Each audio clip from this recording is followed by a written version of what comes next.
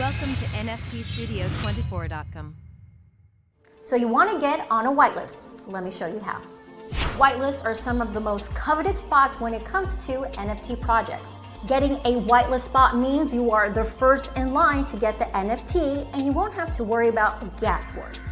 Gas wars are when there is a lot of traffic on the blockchain and the network fees will rise to obnoxious amounts when minting your NFT. Some examples of ways to get on the whitelist of various projects may include a meme contest, poker tournaments, and just being an early Discord community member.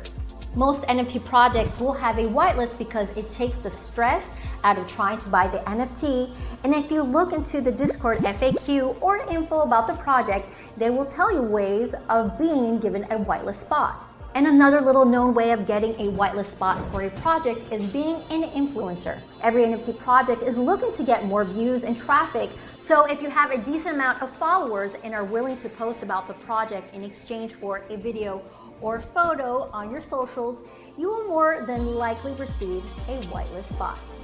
And another type of influencer that will get a whitelist spot is anyone that holds a notable NFT. So you don't necessarily need to have a Bored Ape Yacht Club NFT, but any NFT that is well known could get you a whitelist spot because people like to follow what's popular in the masses. And if someone with a notable NFT is on a whitelist and plans to buy into a project, it could get more notoriety for the project. So in essence, always be on the lookout for whitelist spots or reach out directly to the team to get one. And remember, DYOR, do your own research. Make sure to hit the like button, subscribe, and of course, let us know if you want us to cover anything regarding NFTs. For more education videos, visit our website, NFTstudio24.com.